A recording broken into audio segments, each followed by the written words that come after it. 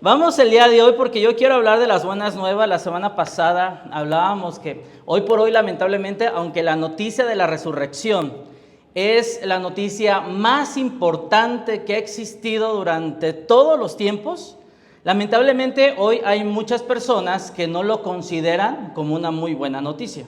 ¿Por qué? Ha sido más por el approach que hemos tenido con las personas. ¿Por qué? Porque en muchas ocasiones cuando nosotros nos invitan a una iglesia o nos habla alguna persona que es cristiana o que es evangélica, pues hay un mal concepto, ¿no? Hay un mal concepto y nosotros hemos abonado muchas veces a esto, ¿no? Entonces, lo que el día de hoy yo quiero que tú y yo veamos es que estamos el día de hoy celebrando en miles de lugares, pero también a nivel mundial. Muchas personas celebran pues lo que es la Semana Santa, ¿no? Y la verdad es que a muchas personas nos agrada la Semana Santa, pero lamentablemente muchos, porque son vacaciones, porque disfrutas, sales con la familia, y no está mal, también es necesario todo eso. Pero una de las cosas importantes de por qué sucede la Semana Santa es por la resurrección de nuestro Señor Jesucristo, porque la recordamos y hoy lo que estamos recordando, como nosotros, así como miles de personas, recuerdan hoy por hoy la resurrección de Jesús. La resurrección de Jesucristo es uno de los eventos, o es el evento, mejor dicho, más importante en toda la historia. De hecho, en sus Biblias van a encontrar 4 biografías de Jesús: Mateo, Marcos, Lucas y Juan, que son conocidos como los evangelios. Y en todos los evangelios vamos a encontrar, hay diferentes historias en cada uno de ellos que generan una armonía implícita a lo largo de toda la historia de la jornada que tuvo nuestro Señor Jesucristo. Pero en los 4 evangelios, en las 4 biografías de Jesús, encontramos la resurrección de Jesús. Encontramos datos históricos que tienen que ver con la resurrección de Jesús. Ahora, tenemos que comprender algo, que sin la resurrección no solamente es una característica del cristianismo. Si nosotros vemos algunas otras filosofías que tienen que ver con el budismo, el hinduismo, la verdad es que ninguna de ellas aplica la resurrección tal cual, corporal, como lo que marca la palabra de Dios, que vamos a estar presentes en cuerpo con un cuerpo glorificado parecido al de Jesús y vamos a estar por la eternidad dándole honra y gloria. A diferencia de otras teologías que tienen que ver con otras filosofías, mejor dicho, que creen en la resurrección, pero algunos creen que pasa renacer en un perro, en un gato, en un simio, no. Y la verdad es que el cristianismo, una de las cosas y de las características del cristianismo es que vamos a resucitar, es que va a haber la resurrección de muertos con un cuerpo glorificado delante de nuestro Dios, ¿no? Y esa es una de las características, pero también el cristianismo es esencial, porque sin la resurrección es esencial en el cristianismo, porque sin la resurrección el cristianismo sería vano. El cristianismo no existiría tal cual, no tendríamos que predicar. El apóstol Pablo dijo: vana sería nuestra fe, porque sin la resurrección de Jesucristo no hay una meta. La resurrección es el epílogo de la vida de Jesús. Esa era su meta, esa era su objetivo, era su meta, era su propósito de Cristo en la tierra. Podemos decir que la resurrección de Jesús es el fundamento angular, es la piedra angular bajo el cual se soporta todo el cristianismo. Por eso no es de sorprendernos que a lo largo de todos los evangelios y las biografías de Jesús se mencione exactamente pues, lo que tiene que ver la resurrección de Jesús, que es un acontecimiento monumental, sin paralelos, importante y crucial para todo el mundo. Ahora, una de las cosas que tenemos que también comprender es que la cruz tiene su peso, porque la cruz sin la resurrección perdería su peso. No sé si me sigues. La verdad es que simplemente sería una forma o un estilo de muerte, pero con la resurrección de Jesús, la cruz toma un peso mucho más importante y un significado mucho más importante para la vida de todas las personas. Y de hecho, cuando nosotros vamos al Nuevo Testamento, encontramos en el libro de los Hechos que se comienza con la resurrección de Jesús, se le presenta a sus discípulos y entonces todos los hechos de los apóstoles, que es el libro de los Hechos, todos suceden a partir de un evento histórico que tiene que ver la resurrección, y las cartas paulinas y todas las demás cartas del Nuevo Testamento proceden ante este hecho histórico que tiene que ver con la resurrección. Es decir, todo lo que sucedió en el Nuevo Testamento es un soporte fiel de que la resurrección de Jesucristo sucedió. Ahora, los 4 relatos históricos de la resurrección generan una armonía implícita. Es decir, cada autor, Marcos, Lucas y Juan, de alguna forma, cada uno de ellos escribieron en base desde su perspectiva. Escribieron a base, obviamente ayudados por el Espíritu Santo y el entendimiento que tenían de ese acontecimiento. Y lo que los teólogos hoy por hoy llaman una armonía implícita entre todos ellos. ¿Qué quiere decir eso? Que de alguna forma todos los evangelios tienen una armonía entre sí. No es que un grupo de personas se sentaron a decir, ¿sabes qué? Vamos a ver cómo cuadramos todos los hechos de lo que estos hombres escribieron. No, la verdad es que las cosas que ellos escribieron tienen una armonía implícita, tal cual no hay cosas que choquen. En general, hay 4 cosas que hoy yo quiero señalar que tiene que ver por qué creemos que son las buenas nuevas. Hay 4 cosas que yo quiero que señalemos y que hablemos de la resurrección y que estas 4 cosas se repiten en los 4 evangelios y va a aparecer acá. La primera de ellas tiene que ver con la tumba vacía, el segundo es el testimonio angelical, el testimonio de las mujeres y la incredulidad de los apóstoles. Son 4 cosas, amigos, que aparecen en todos los evangelios y que son prueba de que nuestro Señor Jesucristo resucitó. La tumba vacía, el testimonio angelical, el testimonio de las mujeres y la incredulidad de los apóstoles. Muy bien, ahora por favor, si tienes tu Biblia, ábrela por favor en el Evangelio de Lucas, en donde vamos a estar prácticamente tomando base para lo que el día de hoy vamos a estar revisando. Evangelio de Lucas al final, capítulo 24. Lucas capítulo 24 y vamos a estar tomando varios versículos. Bueno, esta va a ser nuestra base y lo que vamos a estar revisando. Lucas capítulo 24, yo te quiero invitar a que me acompañes, que en tu vista yo lo voy a estar leyendo.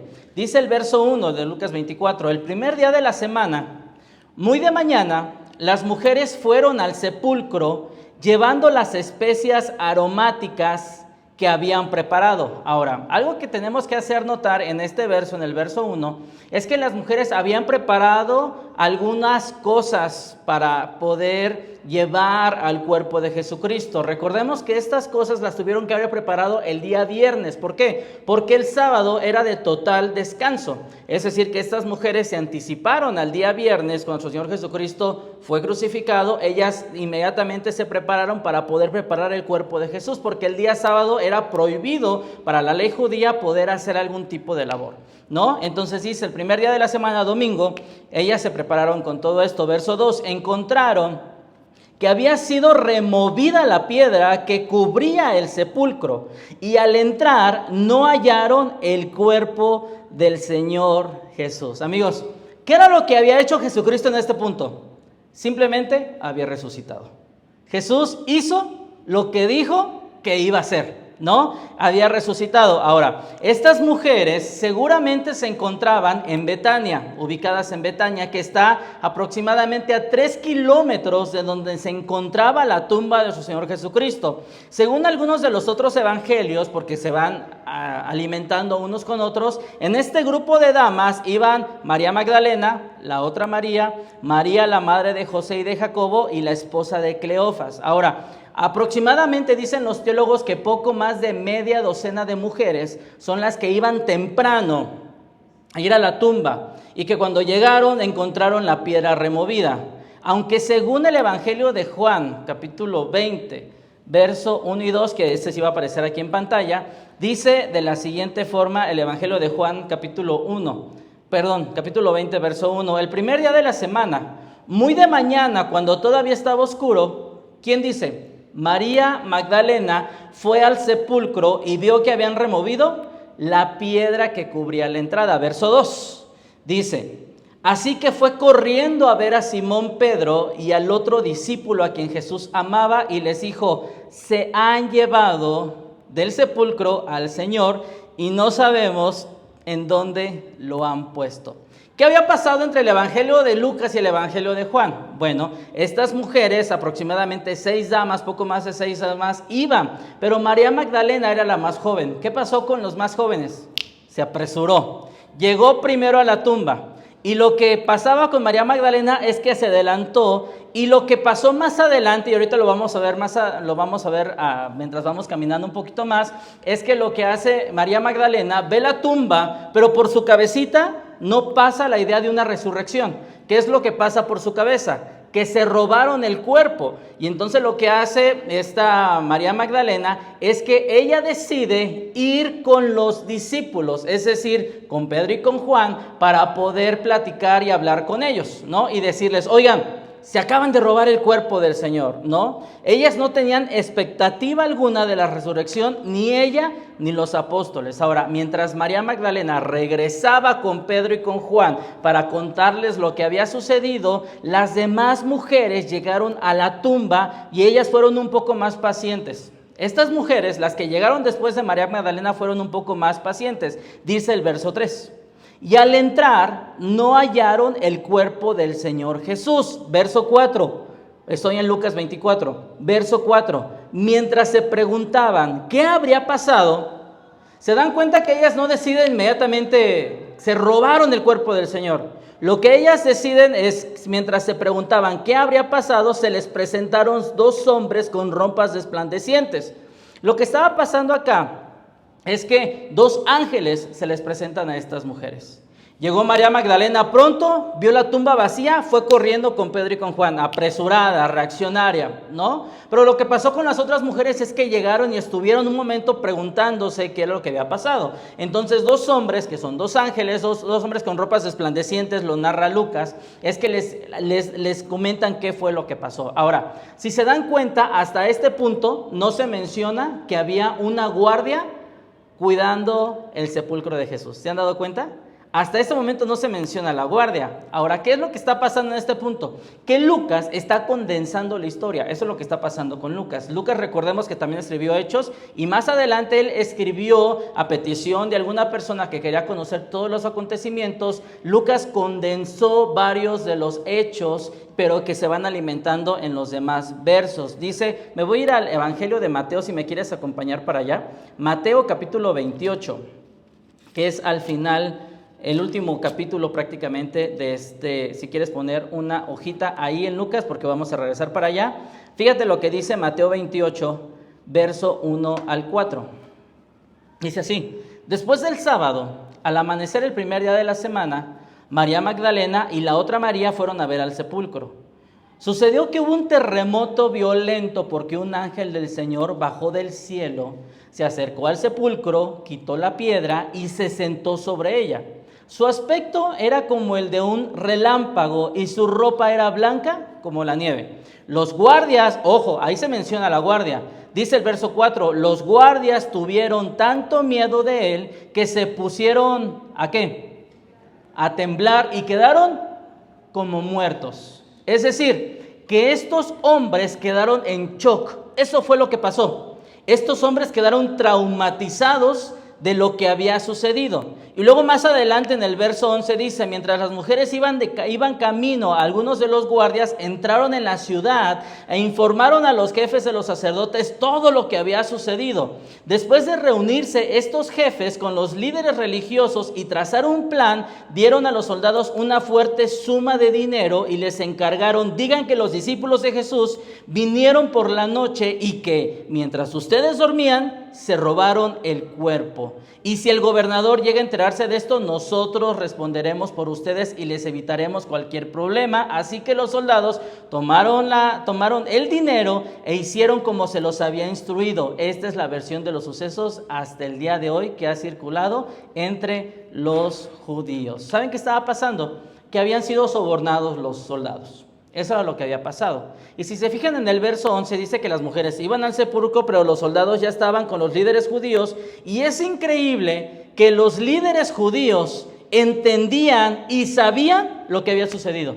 De hecho, los líderes judíos le pidieron al Imperio Romano que colocara una guardia, porque ellos, capítulos más atrás, ellos dijeron, hay que colocar una guardia porque si los discípulos, los apóstoles del Señor Jesús toman su cuerpo, esta mentira va a ser mucho más grande que la que ahora hay.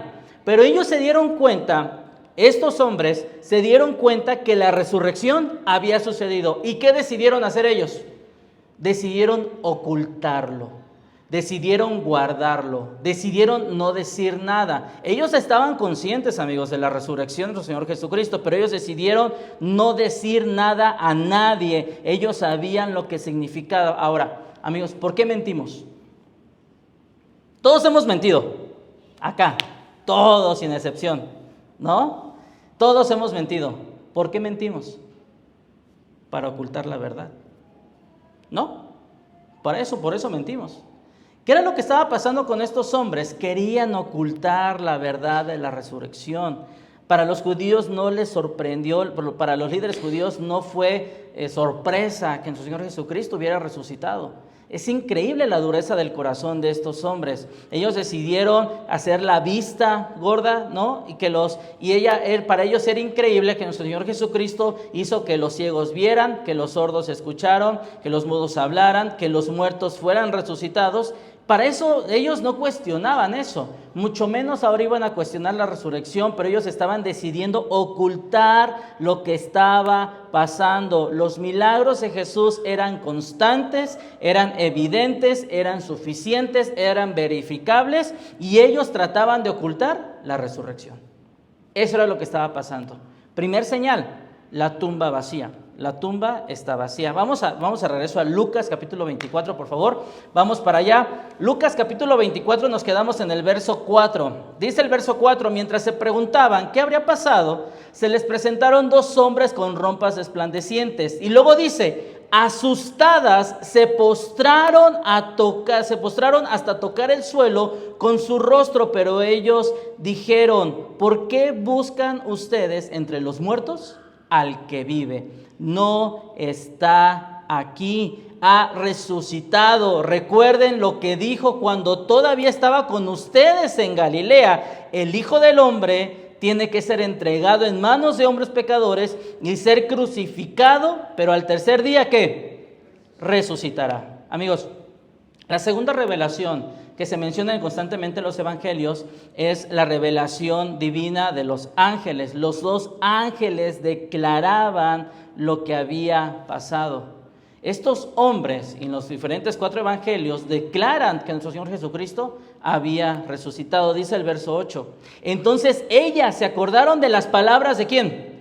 De Jesús. Al regresar del sepulcro les contaron todas estas cosas a los 11 y a todos los demás. Estas mujeres, cuando los ángeles le dijeron, recuerden estas cosas que se les dijo desde Galilea. Es decir, estas mujeres habían seguido toda la historia desde Galilea, lo oyeron enseñar a Jesucristo en Galilea y ahora en el último año del ministerio de Jesucristo, mientras estaba en Judea, también lo escucharon, lo vieron enseñar, lo vieron hacer milagros, pero estas cosas que estos ángeles le dijeron lo venían escuchando desde Galilea. Mientras iba recorriendo Jesucristo toda su jornada de ministerio, constantemente a ellas les comenzaba a caer el 20 de lo que Jesucristo quería decir con la resurrección de los muertos. Dice el verso 8, se acordaron de las palabras de Jesús, es decir, todo comienza a tener sentido para ellas. ¿Alguna vez has estado en algún curso de tu trabajo, tal vez, y te han dicho tanta información que tú dices, ¿qué? ¿Cómo lo entiendo? ¿No? Y de pronto poco a poco empieza a caer, empiezas a ver cómo todo empieza a hilar. Lo que estaba pasando con estas mujeres era exactamente eso. Era tantas cosas que habían visto de parte de Jesús, que con la resurrección poco a poco las cosas empezaban a entretejerse para poder ver una alfombra totalmente hermosa de la vida de Jesús. Pero ¿saben algo? Hay algo mucho más que abona. Mateo 28. Dice el verso 8, va a aparecer aquí en pantalla. Mateo 28, verso 8 al 10, dice así. Así que las mujeres asustadas, ojo, las mujeres asustadas se alejaron a toda prisa del sepulcro, pero ¿qué estaban? Pero muy ¿qué? Otra versión dice muy gozosas. ¿No? Estas mujeres, aunque estaban asustadas de haber presenciado a los ángeles, estaban muy alegres también de lo que estos hombres les habían dicho. Corrieron a dar la noticia a los discípulos. Verso 9, por favor, verso 9 y verso 10 dice, y en eso Jesús les salió al encuentro y ¿qué? La saludó. Qué increíble que estas mujeres Ay, María Magdalena, por ser tan reaccionaria, ¿verdad? Si hubiera esperado, hubiera visto todo esto. Pero no, estas mujeres vieron a los ángeles, vieron la noticia de Jesús resucitado. Pero dice Mateo, que también abona un poco más, y dice que también Jesucristo se les aparece y la saluda, como, hey, buenos días, ¿cómo están? Era increíble lo que había pasado. Al hombre que ellas habían visto crucificado, muerto y sepultado, ahora las estaba saludando. Y luego dice que ellas se acercaron, lo abrazaron a sus pies y lo adoraron. Y él les dijo, no tengan miedo, dijo Jesús, pero les tengo una misión. Dijo, vayan a decirles a mis hermanos que se dirijan a Galilea, allá los voy a encontrar, allá los voy a ver. Había una misión especial. Amigos, estas mujeres habían visto la tumba vacía, habían escuchado la revelación de los ángeles y ahora habían visto a Cristo resucitado. Entonces lo que hacen ellas es que van de regreso para poderle contar a los 11, ojo, aquí quiero hacer un pequeño paréntesis, a los 11, que era el título oficial de los apóstoles que habían quedado, porque recuerden que Judas ya se había dado crán, ¿no? Pero entonces estos 11 estaban reunidos. Ahora tú dices, bueno, a ver, José, tú al inicio nos dijiste que María Magdalena fue corriendo por quién y por quién, ¿se acuerdan? Por Pedro y por Juan, ¿no? Entonces dice Lucas que estas mujeres fueron con los 11, pero no eran 11, eran 9 los que estaban ahí. Pero ¿por qué Lucas hace esta mención de los 11? Porque era como el título oficial, ¿no? Era como a ese grupito se le llaman los 11. Y no porque necesariamente estuvieran los 11, pero eran específicamente el grupo mayoritario. Entonces, por eso Lucas menciona esta situación de llamarles los 11, ¿no? Bueno, cierro paréntesis, porque para algunas personas esto es una incongruencia. Para algunas personas lo toman, ya ves, aquí se equivocaron. Juan dice que se fueron Pedro y Juan, entonces ellos están en el sepulcro, pero acá no están todos completos. ¿Y por qué dice que están los 11? Porque era el título oficial que se le daban a estos hombres, simplemente por ello.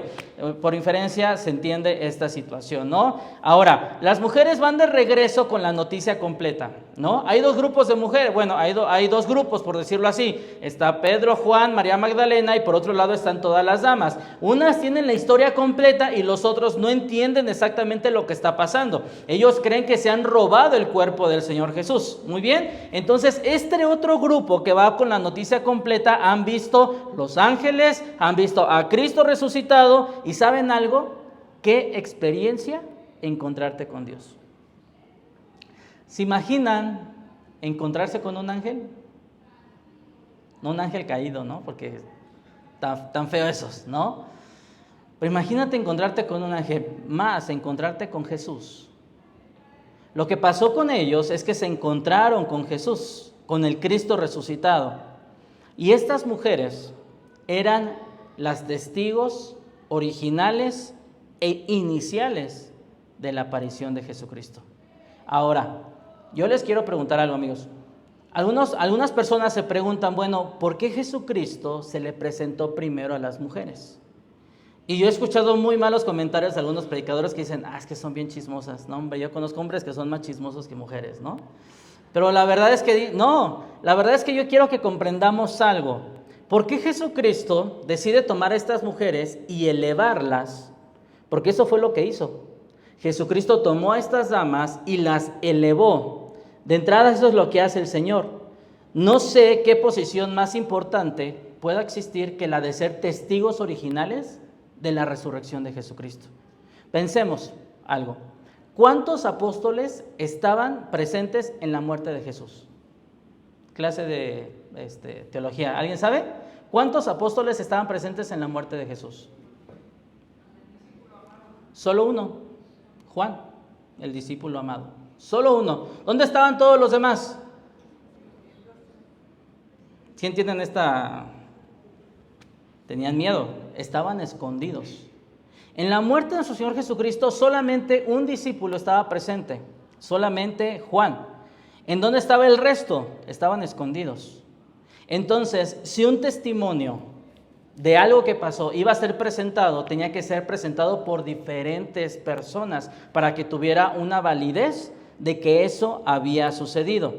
¿no? Y estas mujeres dieron un testimonio hermoso, ojo, de amor, de valentía, y eso les alcanzó para ser los testigos iniciales de la resurrección de Jesús. ¿Por qué? Porque este pequeño grupo de mujeres valientes, poco más de media docena de mujeres, estuvieron presentes cuando murió Jesús, cuando fue sepultado, pero también ahora cuando lo ven resucitado. Entonces eran varios testigos presenciales, originales, que estuvieron ahí en el momento de haber sido testigos de todos los hechos que había pasado con Jesús. Entonces, de alguna forma, la valentía y la entrega de esas mujeres les valió para ser los testigos originales de la resurrección de Jesucristo.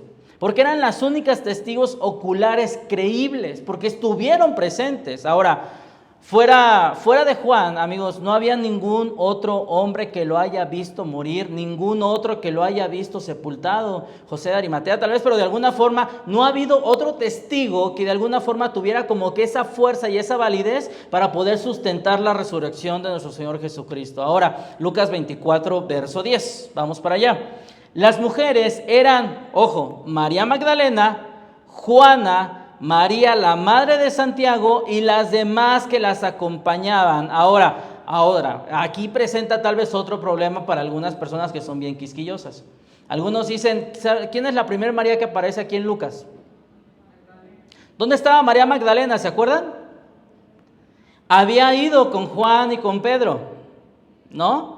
Pero Lucas lo que hace es que también le incluye dentro del grupo. ¿Cómo es que María Magdalena está en este grupo si no tiene la información completa? Bueno, recordemos lo que está haciendo Lucas. Lucas está condensando la historia. Eso es lo que está haciendo Lucas, está condensando la historia. Está omitiendo ciertas cosas, pero miren, vamos a Juan capítulo 20, por favor. Juan capítulo 20.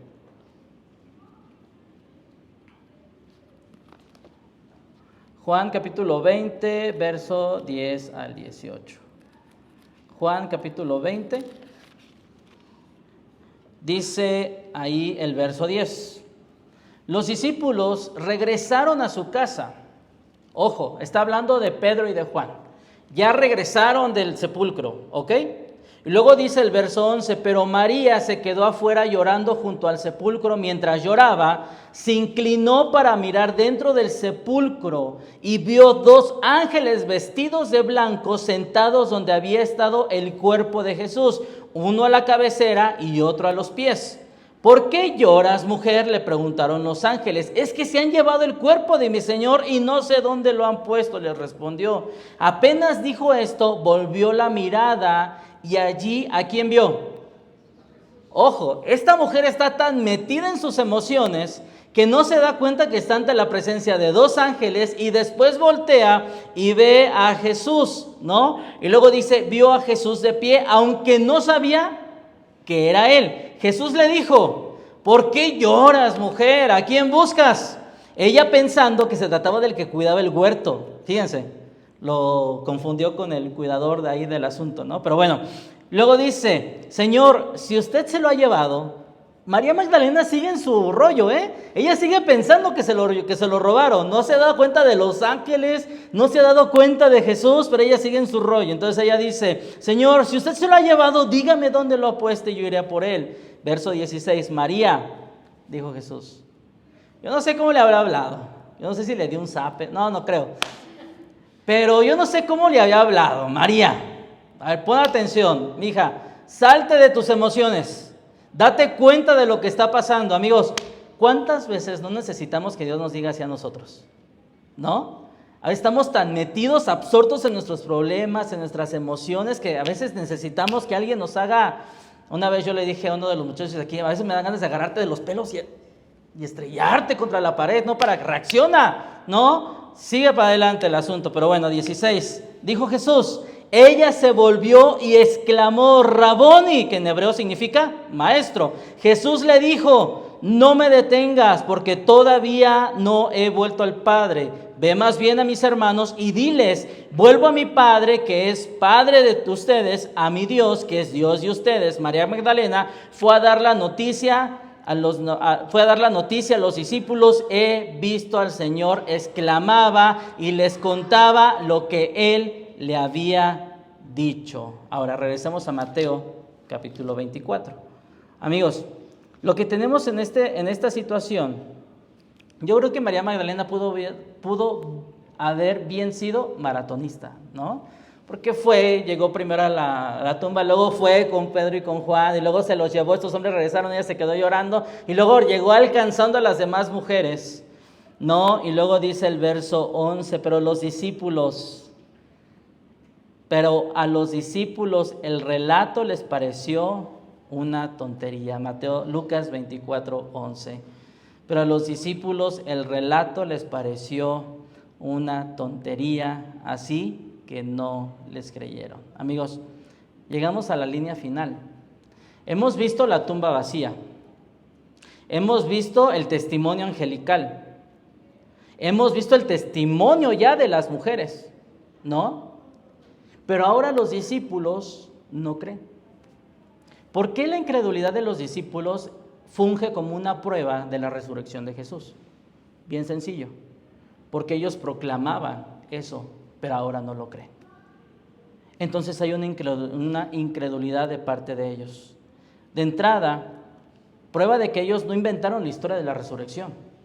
De hecho, se acordarán en Juan, cuando veíamos que los líderes judíos le dijeron a los soldados: inventen que los apóstoles se robaron el cuerpo. Y si ellos dicen que la resurrección es, ustedes digan que se lo robaron. Cosa, dice, que hasta el día de hoy, escribió Lucas, todavía se dice por ahí, ¿no? Pero no hay un sustento. Pero estos hombres no creían lo que estas mujeres estaban diciendo. Para ellos era una locura. De hecho, en el griego que escribió Lucas, este texto dice que era del griego leros, es decir, locas, locura.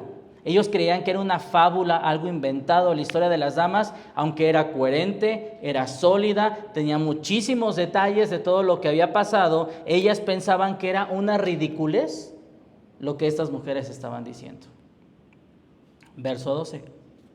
Pedro, sin embargo, salió corriendo al sepulcro, se asomó y vio las vendas de tela de lino. Luego volvió a su casa, extrañado de lo que había sucedido. Lo que pasa con Lucas, lo que pasa en la nota de Lucas, es que Pedro lo tradujo, Lucas lo traduce como, hoy por hoy lo podemos ver como extrañado, pero el griego es taumazo, es decir, Pedro estaba traumatizado por lo que acababa de ver. A Pedro poco a poco le empezaba a caer el 20 de lo que estaba pasando. Amigos, por parte de los discípulos había una indisposición obstinada a no creer. Estos hombres que habían caminado con Jesucristo, que habían visto todos los milagros, que habían visto muchísimas cosas con Él, no estaban creyendo lo que las mujeres les estaban diciendo. Vimos a Jesús resucitado. Incluso más adelante, ahí en mismo Lucas 24, vemos en el camino de Emaús que dicen que van algunos discípulos camino de Emaús y que Jesucristo se les aparece, platica con ellos y después se dan cuenta, porque ellos mismos dicen, pero las mujeres nos dijeron que y entonces ya esta situación se empieza a dar de boca en boca, todo lo que estaba pasando, pero los discípulos no creían. Esta indisposición obstinada a no creer. ¿Y saben algo? Muchas veces nosotros hemos criticado a Tomás. ¿Se acuerdan que Tomás dijo, hasta que no meta mi dedo sobre? Bueno, estos hombres igualmente no creían en el testimonio de las mujeres, pero antes de que termine el día, lo que va a hacer Jesucristo es que se le va a aparecer a todos sus apóstoles, se le va a aparecer a todos sus discípulos. La razón por la que los biógrafos de Jesús muestran la incredulidad de los discípulos es disipar cualquier duda, cualquier comentario de que estos hombres hubieran inventado la resurrección. Ellos no lo inventaron, de hecho ellos no lo creían. Desde un punto de vista, hemos visto, amigos, en este libro que tú tienes en tus manos, que creemos que es la palabra de Dios, también es un libro histórico. Porque si tú te quieres meter a teología, exégesis, todo ese rollo, puedes trazar hechos históricos a partir también de este libro. Y nos podemos dar cuenta cómo incluso la historia egipcia, la historia grecorromana, cuadra totalmente con este libro. Lo que yo te acabo de decir hoy por hoy son simplemente hechos históricos, lo que acaba de pasar. Amigos, los hechos, quiero decir esto, los hechos enfrentan las barreras históricas. ¿Estamos de acuerdo con ello? Los hechos que aparecen ahí enfrentan las barreras históricas. Es decir, que cuando hay un hecho de que algo sucedió, hay un registro de que eso sucedió, quita mi barrera intelectual porque me muestra evidencia que refuta cualquier teoría banal o necia, ¿no? Pero hoy por hoy, lamentablemente, la actitud de muchas personas es la de los líderes judíos. Yo veo los hechos, los comprendo, quita cualquier barrera intelectual que yo tenga, pero ¿sabes algo? Yo sigo sin creer. Lo que pasó con Jesucristo, amigos, es que los hechos, y de hecho ahorita está apareciendo ahí en pantalla, los hechos quitan nuestras barreras intelectuales. La resurrección de Jesucristo es un hecho histórico, no es un invento. 2, mi propia experiencia puede quitar la barrera emocional y psicológica para creer. Cuando algunas personas hablamos de Jesucristo, hay algunas canciones que dicen que Cristo mora en mí, ¿no? Y es bien complicado para otras personas creer por lo que Dios hace en ti. Porque tú dices, bueno, Dios mora en ti, pero ¿y qué? Pero el hecho de que Dios, la obra que Dios hace en mi vida, eso quita mi barrera emocional y psicológica para poder creer en Dios. Pero amigos, lo que hace la convicción de creer en Jesús es solamente la fe dada por Dios. Lo más importante es la fe que es dada por Dios y que esa fe dada por Dios nos da la certeza de que somos hijos de Dios. Hoy por hoy hay muchas personas que pueden datar, hay teólogos que de hecho datan la resurrección de Jesucristo, pero no creen. Como los líderes judíos entendieron que había sucedido una resurrección, pero ellos estaban dispuestos a mentir para ocultar las cosas. Amigos, los hechos quitan nuestras barreras intelectuales. Mi experiencia quita quita mi barrera emocional y psicológica para creer. Pero la fe dada por Dios es la que da la convicción de que somos hijos de Dios. Es pues la fe, la certeza de lo que se espera, la convicción de lo que no se ve. Eso es lo que hace la fe. Los hechos no dan convicción, las emociones no dan convicción, la fe dada por Dios es la que da convicción. Nos hace creer que la resurrección es cierta, que la resurrección es la victoria sobre la muerte. Y amigos, por eso muchos confesamos con nuestra boca y con nuestro corazón que creemos en Jesús como el Señor y autor de la vida, como el Señor y el consumador de nuestra fe. Por eso creemos, por la fe dada por Dios en nuestros corazones.